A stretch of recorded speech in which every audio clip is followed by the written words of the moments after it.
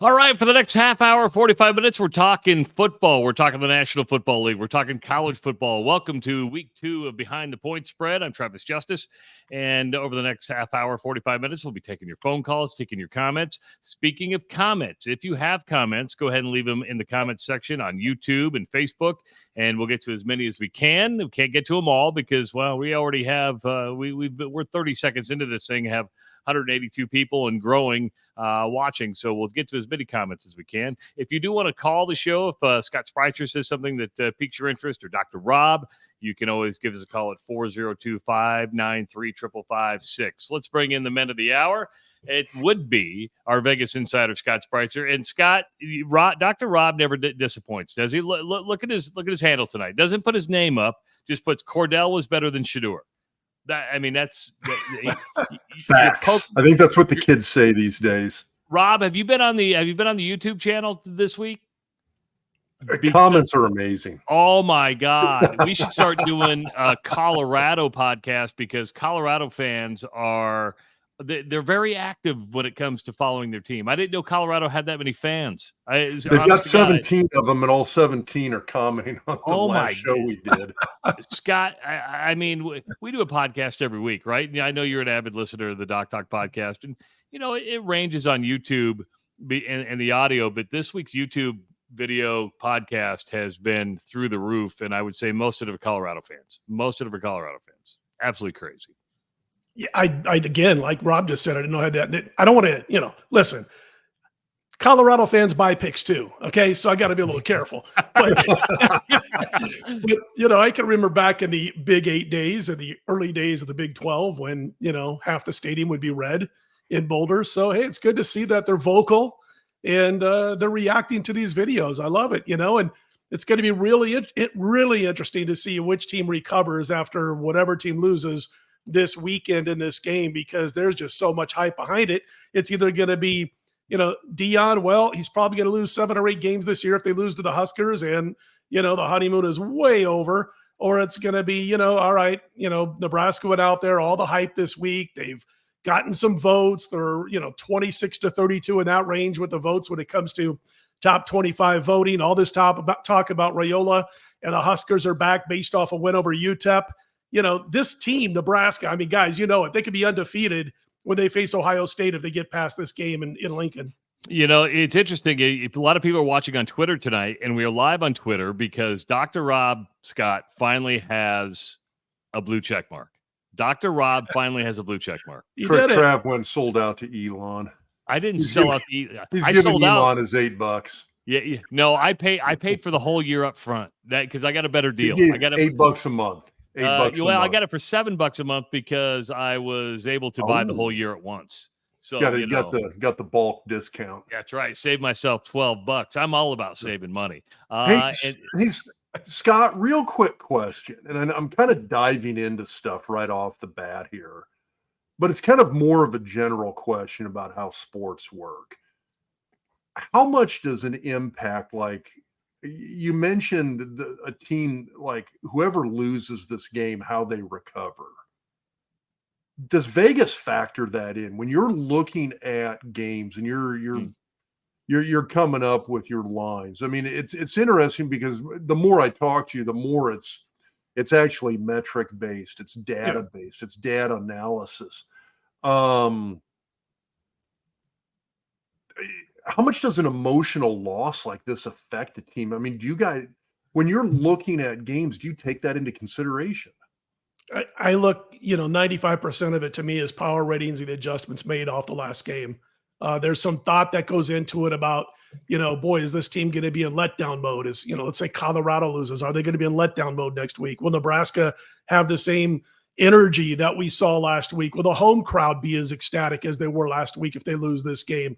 But again, it's like 95% power ratings, and I rarely have a power rating that moves more than half a point off a game. Now, if one of these two teams comes out and just is flat, lays an egg, gets beat by 3 or 4 touchdowns, never in the game, you might early in the season make a little bit more of an adjustment than half a point. So, but again, it's like I try not to guess what's going on between the guys' heads, and I've been that way since I started doing this. It's like, they talk about sandwich spots, Team A is playing their biggest 2 games surrounded against, a game against Texas El Paso. So they'll have a letdown against El Paso. Well, if you look it up over the course of history, you're going to see that it's about 50-50 when it comes to beating the spread. So I'm power ratings, I'm metrics, I'm all that kind of stuff more than anything else. Okay, yeah. I mean, just that was just kind of a random. I'm having that thought, and it's one of those. Okay, well, how does that actually figure in when you look at it statistically? Does it make a difference? And it sounds like it really doesn't. It's kind of like this. And if you look at the 70s, right? Just take Nebraska, for example. I remember for many years in the 70s or maybe the early 80s, it seemed like Nebraska was always playing Iowa State the week before Oklahoma. And they would win those games 52-10, 49-14. There was a couple losses along the way. There was no letdown. It was almost like we're ready a week early for what we got to do. Now, they would turn around and lose to Oklahoma most of those years in the 70s. But the bottom line is, it's like people, I think, get too caught up into what they think the emotion of the players should be based off of what happened the previous week. And here's what I say, and we're going to see, Dr. Rob's head kind of like do this now. But what I like to say is we think those things because we are not created equally. All right. These guys that are playing major college football, they've got a little bit different thing going on between their ears. And that's a positive thing. They've hit the genetic lottery. Most of them have been so focused on what it takes to bring out their best performance each week, whether they do or not, that those little things, I don't think, seep into the mindset, at least not for too long. Maybe you're all fired up at the start of the game, but after kickoff, doesn't that kind of go away, or maybe a series or two? So I'm all about trying to judge things as closely as possible to how the player thinks or would think for everything they've gone through to get where they are, as opposed to where I think, and having never played major college football. And I try to keep that in mind when I'm handicapping these games and looking for emotional positions or spots. And you've been doing it coming up on 40 years, so this is how you make money. So you got to be pretty keened into it. Speaking of making money, we're going to try to make you a little money this week. Of course, this is for entertainment purposes only. We like to have a little fun here, but here are the games we're going to be talking about tonight. We're going to start with the National Football League. This will be week 1 in the National Football League. We're going to take a look at the Sunday night game between the Rams and the Lions, and then we're going to move into college football. And there's been a lot of fluctuation with this line starting at the beginning of the year and then following last week's performances by both Texas and Michigan. That game's going to be in Ann Arbor. And then the rivalry game, the Cy-Hawk game. Iowa State takes on Iowa. I know Scott's got the over in both the win totals for the Cyclones and the Hawkeyes, but who's going to win this one straight up, or who's going to cover the spread? We'll take a look at that, and then we'll finally finish up with Nebraska and Colorado. If you want to work with Scott Spreitzer all season long, you can do so. Just text the word Doc Talk to the number 29022 and get a free $60 trial of the premium member picks from Scott, or visit docsports.com. That's docsports.com, and sign up for the free 60 on the upper left side of the website. And of course, this is an interactive show. You can leave your comments. Lots of comments coming in right now, but we can also call the show, because this is a live call-in show, 402-543-5556. It's 543-5556. Week 1 of the National Football League. We all love college football, right, Scott? But at the end of the day, the NFL is king, and that's the same in the betting world, correct? Absolutely. NFL's king, and it's not even close. And as far as, when I look at pro football, I mean, it's become more and more of something that I love to bet on over the past 10 years. I wasn't as big in betting pro football 25 years ago when I started all this. It was 90% college football, 10% in the NFL. But I really enjoy pro football at this point in my life. I really do. And, we're looking at a great potential Sunday night football game, this week, guys, with that Rams-Detroit battle. So, and you can see the line there, Detroit laying 3.5 total in the low 50s. I think both of these teams got a really solid shot, not only to win their division, but to represent themselves in the NFC Championship this year. Detroit more than the Rams. In fact, I already bet Detroit to win their division this season, bet that about 6 weeks ago. But again, I like both of these teams. And if you look at what Detroit did last year, it was nothing fluky. I mean, the offensive line is one of the best in the NFL.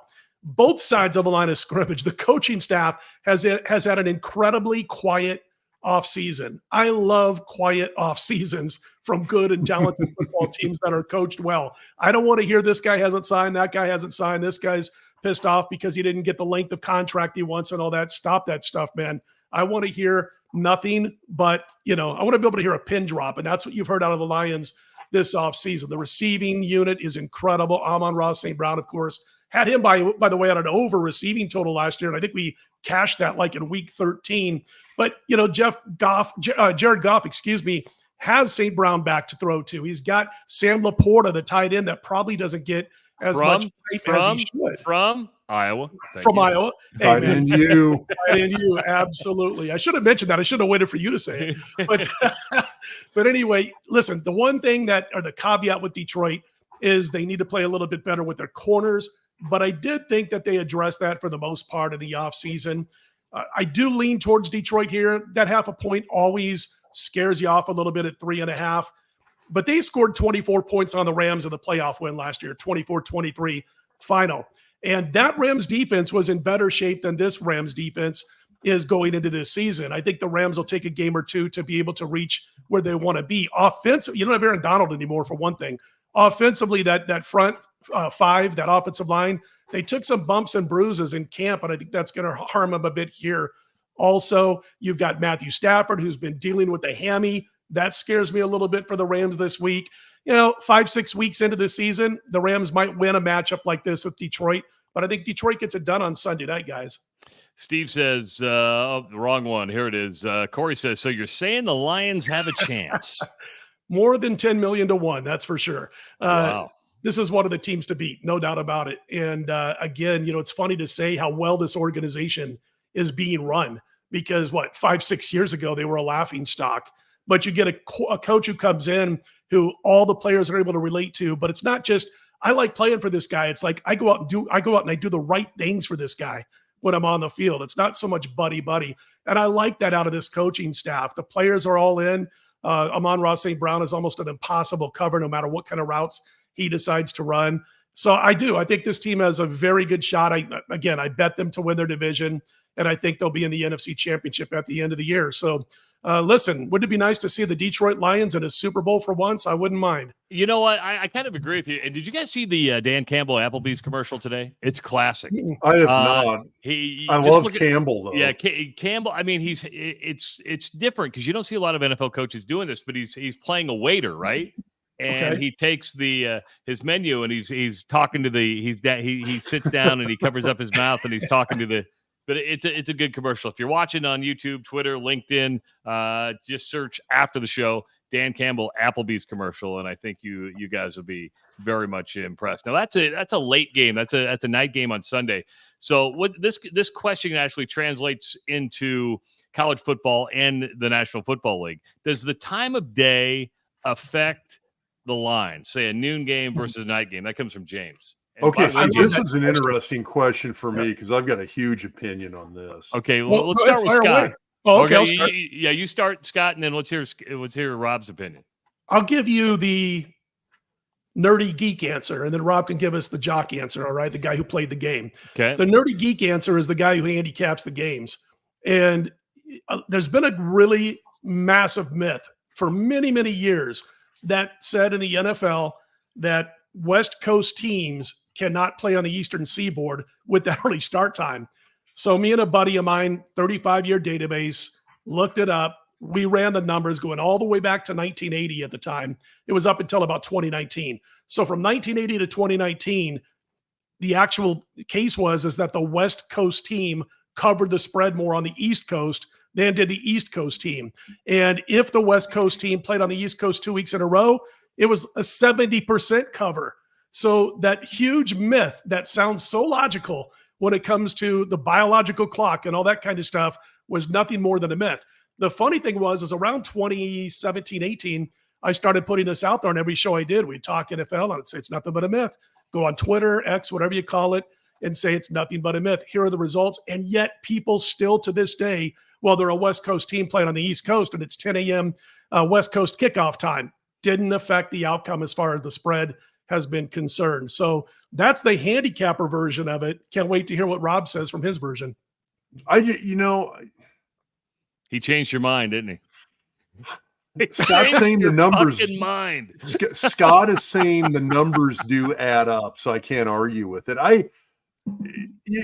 The thing that was interesting to me. So, okay, 30 years since the 94 Colorado-Nebraska game. I talked to Colorado guys. They said that it was a very rare 11 a.m. game for Nebraska. So 11 a.m. Central Time, so that's 10 a.m. Mountain Time. Several of the Colorado players I knew pretty well, which I mean, kind of the goofy thing about this that I don't know if a lot of people really truly understand. We kind of know all each other, even pre-internet era, pre-cell phone, pre-social media. All of us that played for Nebraska, we knew half the guys on the Colorado team and were friends with those guys, wanted to beat their ass. It's kind of one of those, you don't lose to your little brother. It's that kind of mentality. We liked those guys. We played against those guys.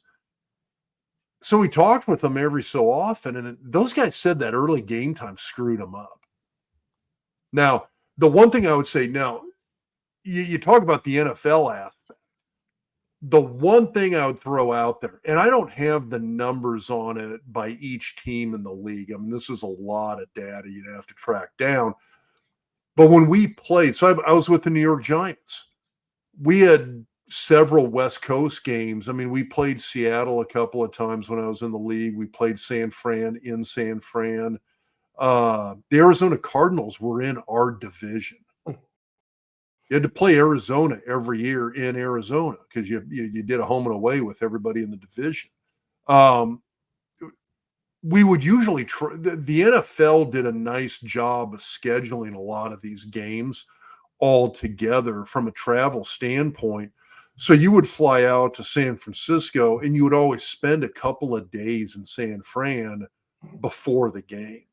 It wasn't one of these you came out the night before and played the game the next day. Right. So you were out there.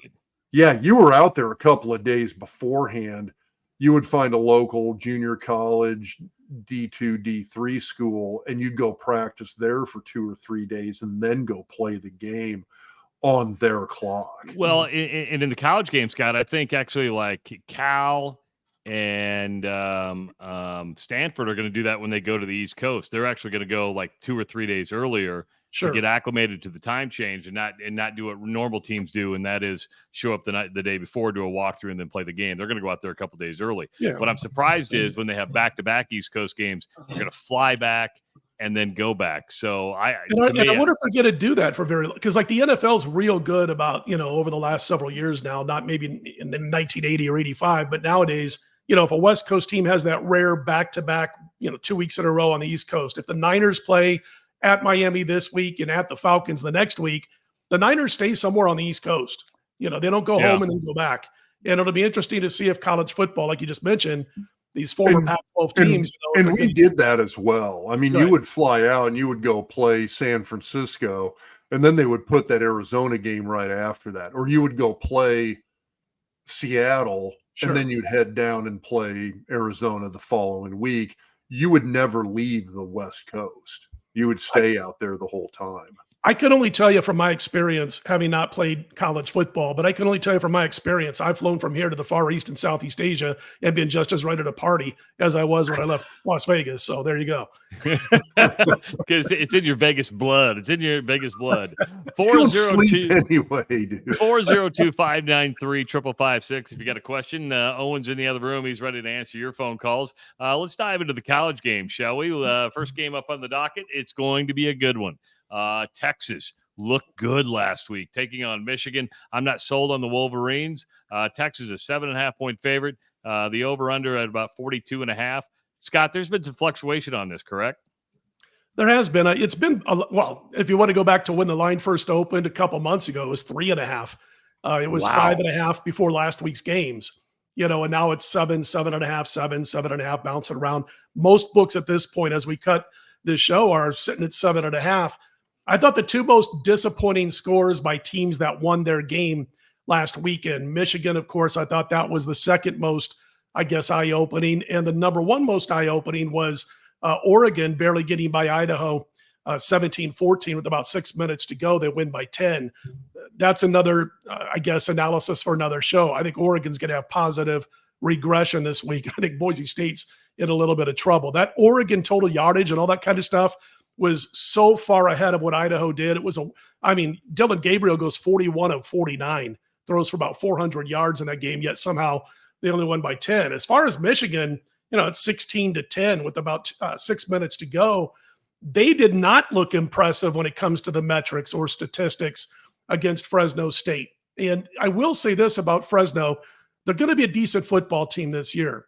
Their over-under wins projection, was pretty good, like 8.5 going into this season. So it's not like they played the worst team in the Mountain West Conference this year. And of course, they got a brand new coach. They've got a situation where they've got a new quarterback and some key players that are no longer on this team. So they only gained 18 first downs, 4.4 yards per play. The one thing I noticed last week, though, is that Khalil Mullins, he ran well for UM last week for the most part. I mean, they didn't throw well. Davis Warren finished with a 33 QBR. That's not going to get the job done. And what's scary about that, it was short dump-off stuff, and they were still struggling. 4.7 yards per pass. They got to shore that up. The one thing that worries me about Texas, I think this line is about, it was 5.5, 2 weeks ago. It's now 7.5. You've lost value if you believe in value and power ratings. There's a lot of pressure on Texas. Okay, Michigan, if they lose this game, and I think about this, but I really don't put it into my handicapping until maybe the next week. Michigan loses this game. It's like, all right, it's a rebuild kind of season. Nobody expected this team to vie for a national title with all the changes this year. If Texas loses this game, are you kidding me? I mean, they could still get to the playoffs and probably would, but True. This is a team that's being thought of as the Georgia Bulldogs, the Ohio State Buckeyes, Alabama, USC of the Vince Young days. That's what Texas of the Vince Young days where they played USC. Everybody's thinking about this for Texas right now. I think that number is just a little bit too big. I think Michigan's going to be able to slow them down with their defense and be able to run the football at Texas. This reminds me of the first couple of years of the Jim Harbaugh era. Run the football, play smash mouth football, let your defense control things. I think they're going to hang this number and keep it inside 7.5. Corey, when it comes to betting, we offer a lot of advice. Corey says, I won't bet on Michigan and Texas because I hate them both more than any other college football team. I think that may be the case for a lot of teams, for a lot of bettors. Before we dive into the next game, we do get a question here from Dan. Could you mention the Arkansas-Oklahoma State matchup? Arkansas put up, over 70 points last week? Yeah. Of course, Bobby Petrino, now the offensive coordinator for Arkansas. Oklahoma State likes to score points. Wait a second. Petrino is the O coordinator. Yeah, at Arkansas. You didn't know that? How did I miss this? The dude can sleep with a staffer, wreck a motorcycle, get fired, and get rehired. That would be like Nebraska rehiring. But even the dynamic. Oh, I know. Sam Pittman's trying to keep his back. job. Yeah, Pittman's but even the dynamic of coming back as a coordinator.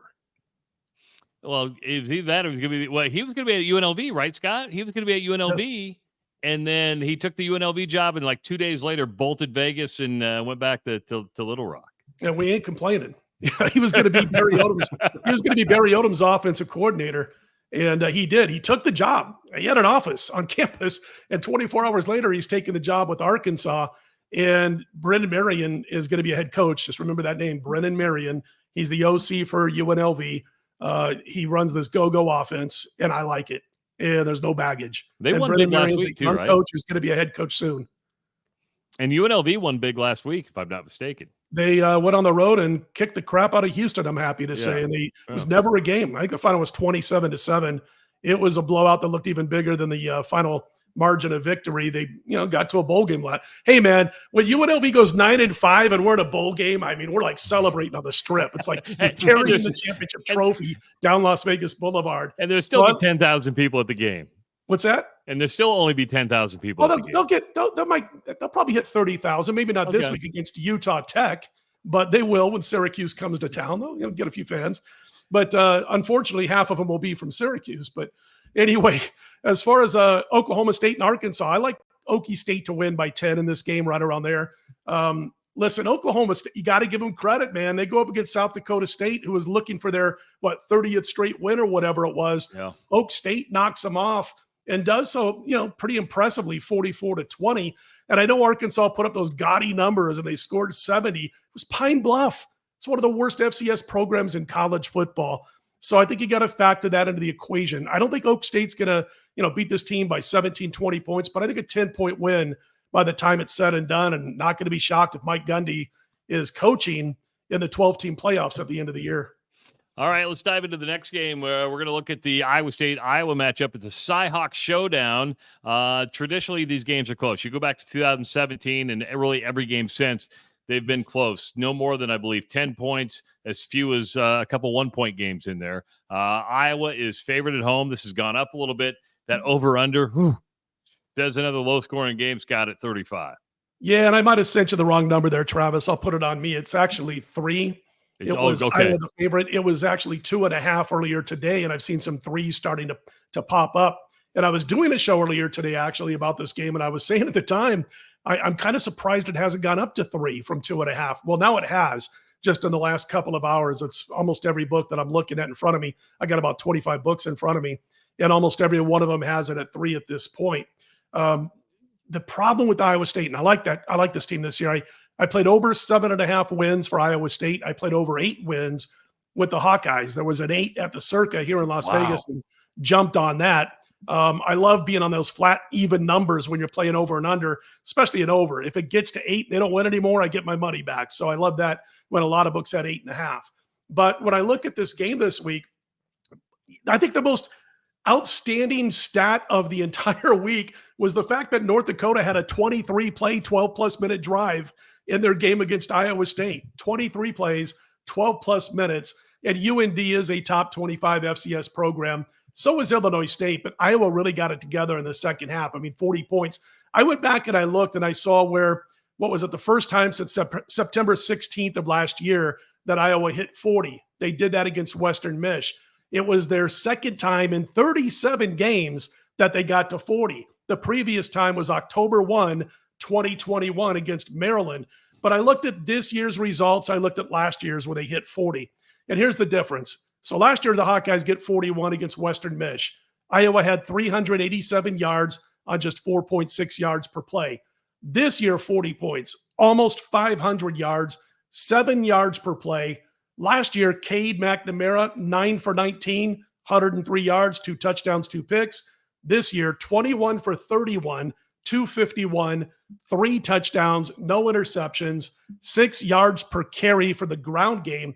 Tim Lester was one of the best hires in the offseason for any program. I love this guy. When he was at Western Mish, man, they were, top of college football, or not number 1 or number 2, but they were always top 30 or so in a lot of offensive metrics that I care about the most. Again, when he was out Western Mish, and even the 3 years that he was both the head coach and calling the plays. So great hire. I think Iowa's going to be too tough for Iowa State. Here's something to look at for the Cyclones. They went 4-0 last year when rushing for at least 150 yards. 6-1 when they gained 100 yards or more on the ground in their last 7. So if Iowa can slow down that Iowa State ground game, and I think they will, I think they get the job done. I'm a little bit concerned about the Cyclones defense getting banged up right now. The linebacking core took some hits last week. Yeah, Caleb Bacon got hurt. Yeah, exactly. He's their best player. He's their best player on defense. So I think Iowa wins this game by a touchdown to 10 points. Interesting note, the last 19 times these two teams have met, 17 went under the total. Now, the average total is like 39 points when it comes to these two teams combining. But again, 17 unders in those 19 games. I thought the interesting stat about Iowa, Rob, first of all, they have the 40th ranked offense in the country right now, which you just give Tim Lester the Broyles Award for the assistant coach of the year, right? Like that right there. You hit 40th in total hit 40th, offense. You're like, and people are doing cartwheels. But Scott, you probably know this as well. Right there. McNamara had 3 touchdown passes. They all went to wide receivers. Yeah. Now that's a huge deal because usually they go to defensive backs. Well,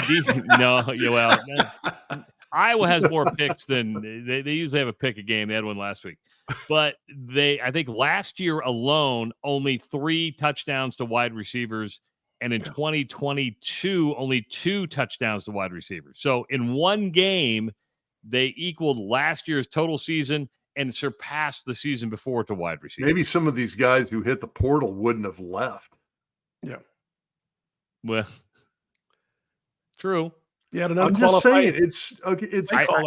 I don't disagree with you. You're talking Lester Johnson's kid, right? That and a couple of other guys. Well, some of the guys left because they gambled.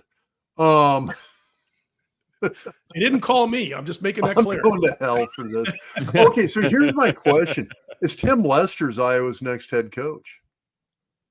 Boy, that'd be a heck of a hire. No, I think it's going to be. If he gets they go outside. No, I don't think so. If he gets, if Kirk Ferentz was not on the sidelines this past week because he got suspended, right? I think Seth Wallace would be the coach in waiting.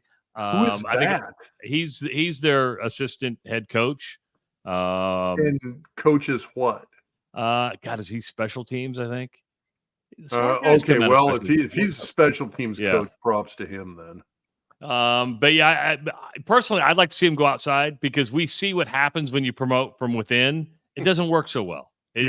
Tom Osborne hire, total flub up. It didn't work. Well, it worked with Frank, but it didn't work, right? Yeah, it worked with Frank. What didn't work was hiring Steve Peterson. Yes, and that's kind of an inside hire as well. I don't know. It'll be interesting to see what Iowa does. Kirk's coming up on 70. This is his 26th, 27th season. That's a long time. We'll see how long he keeps going. How long does Matt Campbell stay at Iowa State? You don't have to leave anymore. You don't have to leave anymore. I mean, there's a good question. I mean, he's had opportunities. Why leave Iowa State? You have a great administration. You have a decent NIL group in their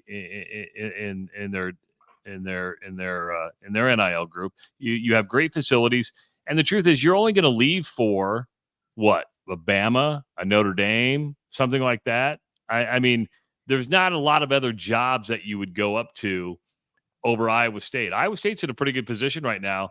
And I actually believe that the Iowa State game has playoff implications. Now, Scott may disagree with me, but I think it has playoff implications. I agree across the board on that statement. Obviously, I like both of these teams. I just think Iowa State got dealt a tough hand by losing, the best defender. Absolutely. So they just got dealt a bad hand for this week. But Tim, I'm all about hire an offensive-minded head coach and then go find yourself a really good defensive coordinator. I don't like defensive-minded head coaches that really aren't that great when it comes to offensive, situations and clock management and all that. I want my guy focused on offense. That's why I'd go after, I'd give Lester the job, man. If Ferentz has 2 or 3 more years, I'm like, if I can keep Lester around that long, he might be wearing the headset on the sideline. So Scott, here's a question for you. I mean, we got to get to the question here in just a second about Florida State. Because your Knowles suck. Oh man, they are not good. You talk about that in terms of the head coach being a defensive-minded guy versus an offensive-minded guy. How much control does a defense have over clock management, time management? I mean, I really don't think they do. I mean, if you're a head coach, clock management's got to be a thing. Oh, yeah. You've got to understand that. You got to understand the ins and outs of that. You've got to understand how to work that. That's all offensive guys. And I listen, a good example of a good offensive coach who's a quarterback whisperer who blew it again with clock management. I don't care what anybody says at the end of the first half, ended up not costing him. Lincoln Riley. I mean, USC against LSU at the end of the first half there. LSU's in field goal position. They're running the clock, going to kick a field goal, and you don't use your timeouts, and you got 3 of them. And you can have more than a minute left to go down the other way after they kick the field goal and you just let that clock continue to run. I mean, that's a coach who could be a 10, offensive-minded 10, and instead he's probably like an 8.5 because he always does something squirrely when it comes to game clock management. But I agree. I mean, I think it's all up to the offense. If you're plowing away and you're getting 4.5 yards per carry on average and you're able to hit your passes, go deep occasionally, you control the clock, not the defense. So let's get to Krillin 31's question. He wrote this in on YouTube. We're usually Nostradamus right around the second week of the season. We start throwing out. Scott knows. That's why he's asking this question. Scott knows. Scott knows everything. When's Norvell getting fired? Second to last game of the season. Wow. There it is. I think he's going to get his walking papers unless he wins out. He'll get his walking papers before the final game, and he may stick around for one more game. I don't know that he will. Probably not. But, the crystal ball isn't fired up completely like it was with Wisconsin coaching a couple years ago. So we'll have to wait this one out. That's like eerie still. Like I'm still one of those like that was strange. That was kind of strange. I get a message. I wake up like the next morning, the Monday morning after the weekend, after the show we did, and I got a message from Travis saying, dude, you got fired. Yeah, anyway, but I would say around the second to last game of the season, unless, he could fall apart now and that's it. But there's no excuse these two games. There was the excuse in the bowl game. Everybody left, and we all know what happened with, the quarterback situation, the not able to play that last game, and we get it. And they went up against Georgia. But these last two games, the way this offense has looked, they can't run block. They can't give enough time to DJ to be able to do his thing. And, at Oregon State, he actually played well, man. Play action, run first, play action. That was DJ's game. And they're just not setting him up with any kind of running game to be able to do things like that. And, with the way the portal's set up now, and things may change within the portal, but you have to fire a coach mid to late season, right? You can't go till the end of the season because you're going to lose momentum as far as going to getting guys in the portal. So you have to fire guys early. It's a great point. You do. You can't wait around till the season's over. You've got to make noise. You've got to be talking about who might be coaching next year if it's an exciting potential hire to get kids to come there. Can't believe we're week 2. We're already talking about we're chopping guys off the block already. All right, let's go to our final game of the evening. This is the one a lot of people watching the show have been gearing up for. It's Colorado at Nebraska. If you have about $1,500 to $2,000, that may get you a ticket into the game. Deion Sanders being a little more low key heading into this game. But all eyes are going to be on Lincoln. NBC Saturday night, 6:30. Huskers a 7.5-point favorite. High point total on this at 59. I've heard a lot of people talking in the last couple of days, doing videos and talking about this potential great game that's going to be a ratings bonanza. Deion brings in a ton of ratings, obviously, and gets a ton of money last year and this year. Very few teams get as much money and as much excitement in these sports books as the Colorado Buffaloes, believe it or not, even after they went 4-8. So the ratings are going to be huge. As far as comparing last year to this year, I don't take what happened in last year's game hardly at all into this game. Jeff Sims was the QB, and, I hear he's a great guy, but he was the human turnover on the field. And, they were outscored 16-0 in points off of turnovers in a 36-14 game. And the defense wasn't bad through 2.5 quarters. The defense got very little help. They outrushed Colorado. I think it was 220-58 in that game. But, again, the turnovers killed this squad. So the scary thing, and I'm going to give reasons why I like and dislike both teams. The scary thing, if you're a Nebraska fan, you're the better team overall. And Matt Rule, I believe, is the better football coach than Deion Sanders. But Colorado has 3 superstars. And right now you have one budding superstar, that being Dylan Raiola. And I look at Dylan Raiola and the hype is there. He's unbelievably smart. You can see gifted between the years. He's so cool under pressure, but he's a freshman. And arguably quarterback 1 in next spring's NFL draft is playing for the other team, Shedeur Sanders. And if you watch that game against North Dakota State, he was able to do almost whatever he wanted. Now, the thing about the Bison, and I get it, man, this is a very good FCS program, so no disrespect to them. Their speed level is not good on defense compared to FBS teams, and especially teams that have Travis Hunter to throw to. I'm spacing off the other Bond. They've got, other kids to throw to, where when you look at Horn Jr. Jim Horn, I'm sorry, it's Jim Horn. Yeah. So Jim Horn, and you don't have Xavier to have to worry about anymore, but Horn steps in opposite of Travis Hunter, and he becomes a tough cover.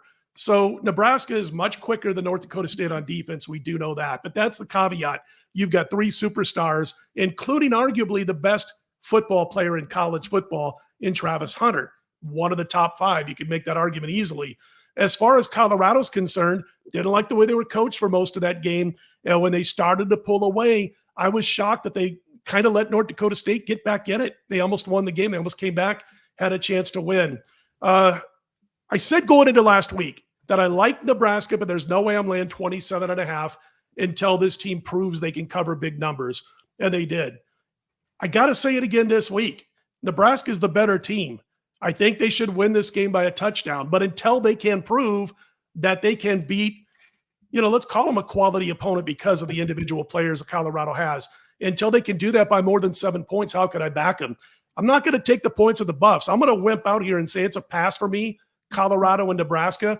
If I had to play this game, if you said, Scott, for your lungs, you got to do something, I might play Nebraska first quarter minus 1.5, I believe is what it is, first quarter. I think they come out fired up and all that kind of stuff. But I'm so concerned that Nebraska, even if they're playing their best, could be up 10 to 14 points, and then Shedeur starts doing his things, man. And if you don't get a pass rush on him, they got 8 sacks last year. If you don't get a pass rush on him, he there's just so many ways he can beat you, even if he's down 2 touchdowns early. I don't like the offensive line. It's better than last year's Colorado's, but it's still not that great. Nebraska plays their game, doesn't turn the ball over. They win the game by 7 to 10 points.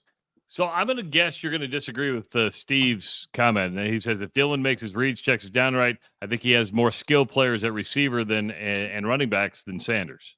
I think as a team, that's what I'm saying. As a team, Nebraska's better, got the better depth. I thought Nebraska was a better team last year. Oh, yeah. They lost by 3 touchdowns. Well, that's the thing. And they got to stay away from the turnovers.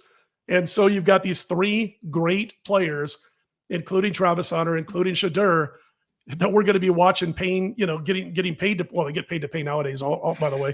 But I was going to say playing in the NFL next season, and Shedeur might be a starter in the NFL next season. I'm very high on Shedeur Sanders. That's what scares me. Nebraska's the better team. They got the better depth. They got the better coaching staff.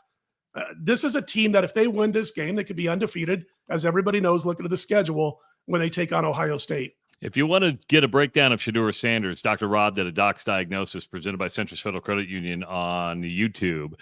Just go to the YouTube channel of Doc Talk Sports and a good diagnosis of Shedeur Sanders. I mean, the guy has eyes in the back of his head, can make a lot of plays. The composure's there. Yes. The athletic ability's there. The accuracy is amazing. Dylan Raiola might be a number 1, number 2, number 3 pick as a quarterback in a couple of years. But right now he's an 18, 19-year-old freshman. Shedeur Sanders is the potential number 1 pick in next year's NFL quarterback crop. Not according to Don. He says Sanders is not an NFL quarterback. Wow. Well, we'll disagree. He's not your prototypical guy, but God, when you watch him, the accuracy's there. He puts the ball where it has to be. I mean, I know the Colorado hate, but and I don't know if he's the number 1 pick in the NFL draft, but you have to recognize talent where talent's there, right? I mean, Travis Hunter might be the best all-around player in college football. Sure. And Shedeur Sanders is a good quarterback. I'm not going to sit here and bag on Colorado and say, well, nah, I don't know if they're that well coached. But all you have to do is watch Shedeur Sanders and some of the plays he makes. You go, oh, this guy's pretty well. And he's good. not a prototypical NFL quarterback. He's not a 6'4", 230-pound classic. Is anybody anymore, Rob? Is anybody? I mean, look at Patrick Mahomes. Is anybody anymore? Yeah, no, not so much. Caleb Williams, right? He's the new style pro quarterback. I really think that. And, for the last few years. And they don't beat North Dakota State last week without Shedeur Sanders. No. I mean, I think it's as simple as that. Yeah. Oh, 100%. I'd agree with you 100% as well. If you want to work with Scott all season long, and he's going to be with us all season long, he's kind enough to hang out with us because he likes us. That's right. He likes us. You can text the word Doc Talk to the number 29022 and get a free $60 trial of the premium member picks from Scott, or visit docsports.com. And you got a lot of stuff up there on Doc Sports, right? I mean, you've got other videos and that stuff, but you can sign up for the free 60 on the upper left-hand side of the website. But you got a lot of stuff up there, right, Scott? I do about 6 videos a week, 6 days a week during football and basketball season. Usually take maybe Tuesday off. But there's videos on there, and I'm talking about football plays and whatever season it is almost every night of the week. I wanted to say something before we go, though, because I'm a real big proponent of, hey, we can pat ourselves on the back when we win. You got to tell the story when you lose. And I lost last week. For those who did jump on board, I lost last Saturday. The clients lost. I was lucky enough with in-game betting to end up 7-7 and just lose a little bit of vig. The clients had a bad weekend for me last week in football. So we'll look to turn that around. It was like, Syracuse is the game that really cost me that last week. They were up 38-16 in the fourth quarter, laying 17, and they gave up a fourth quarter touchdown to get inside the number by a point, and they basically just ran the clock the rest of the way. Not trying to say that Syracuse was the right side and they got the wrong result, but they were up and covering that number in the fourth quarter, and that's just kind of what set it off. And so we're going to bounce back. We always do. We're hitting about 58% the last 600 plays. That means you're making a boatload of money. Saturdays. That means you're making a boatload of money, because you told me to make good money, you got to hit like 53, 54%, right? 52.3% and 11 to win 10. 52.3% is break even. So most pros are going for that 55%. And we're all happy at the end of the year when we go 55%. And last week, well, I got some work to do. Let's just say that, because last week sucked. Well, I tell you, if you have a good week, pool party at Scott's house next week. It was 105 in Vegas today, Rob. 105. It's a dry heat. It's a dry heat. You're right. It is a total dry heat. Hey, man, our power bills are only $500 a month. So are you serious? Close to it. $500 a month for power? You guys run AC in December, don't you? Almost. And I'm home. I work from home. So I only venture out when I have a radio show or TV show to do in a casino. And the air is on, and it's a 2-story house. You got 2 air conditioners. The air is running upstairs or downstairs 24/7 from basically March 1st until January 1st. So there you go. Damn, $500 a month. Almost. You know what we like here in Nebraska? We like our power and we like our water. You have water problems? Lake Mead empty? Actually, it's so much BS.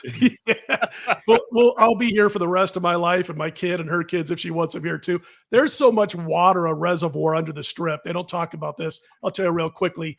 When they were building the stadium Allegiant for the Raiders to play in, they had to start over about 84,000 times because of water being in the way. So really?